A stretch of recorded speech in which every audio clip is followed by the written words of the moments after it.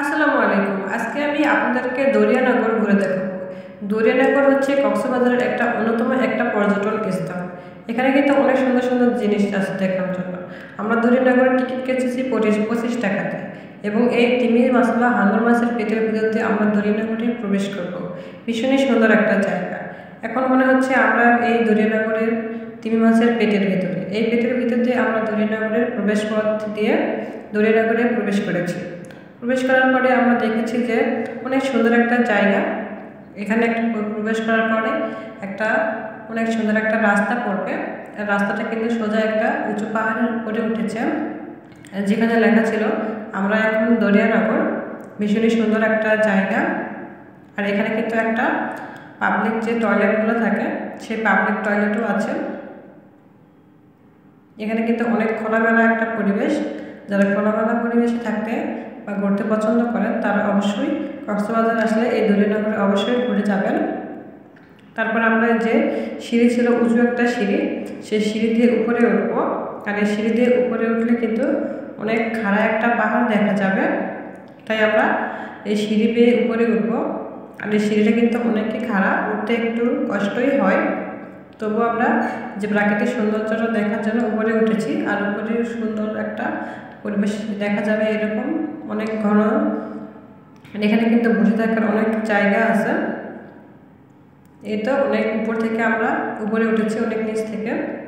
আর উপরে কিন্তু এরকম গাছপালা আছে এবং একটা ঘর আছে। আর অনেক সুন্দর বসার জায়গা আছে। আপনারা উপরে উঠে নিরিবিলিভাবে অনেকক্ষণ বসে থাকতে পারবেন।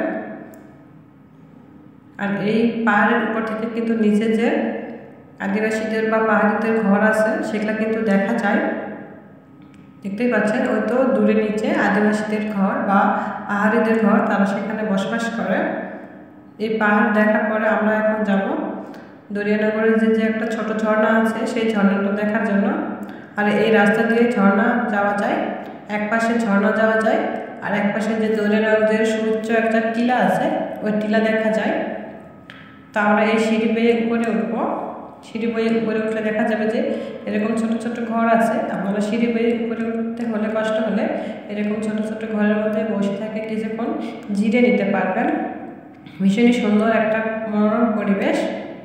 তারপর আমরা যে ঝর্ণা, সেই ঝর্ণা দেখার জন্য দুই পাহাড়ের মাঝখান দিয়ে রাস্তা, সেই রাস্তা ধরে পাহাড়ের ঝর্ণা যে আছে সেই ঝর্ণা দেখার জন্য এগিয়ে যাব। এখানে কিন্তু উঁচু উঁচু রাস্তা এবং সিঁড়ি আছে। এই সিঁড়ি বেয়ে নেমে আমরা পাহাড়ের গা ঘেঁষে চলে যাব সেই ঝর্ণাটা দেখার জন্য।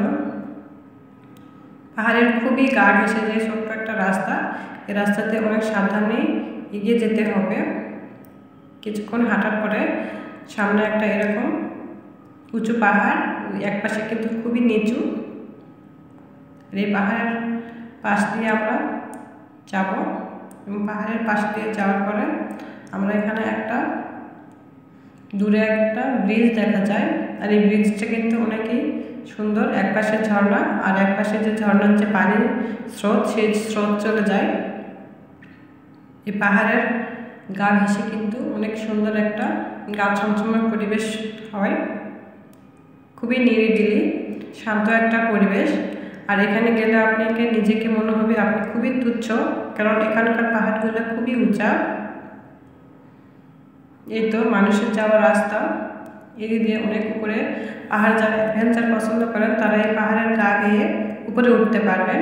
তারপরে আমরা এই ঝর্ণার দিকে চলে যাব। ঝর্ণাটা কিন্তু এই সামনে দেখা যাচ্ছে। এখানে কিন্তু ঝর্ণাটা ছিল, বর্তমানে এই ঝর্ণাতে কোনো পানি আসে না, খুবই অল্প, শুধু গা বেয়ে চুয়ে চুয়ে পানি পড়ে, অতটা ভালো বোঝা যায় না। তবে বর্ষাকালে এই ঝর্ণাটা নাকি অনেক পানি থাকে।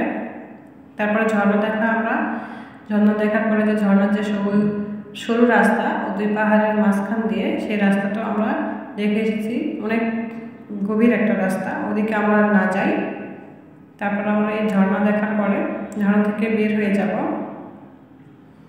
এই রাস্তা ধরে ঝর্ণা থেকে আমরা বের হয়ে এসেছি।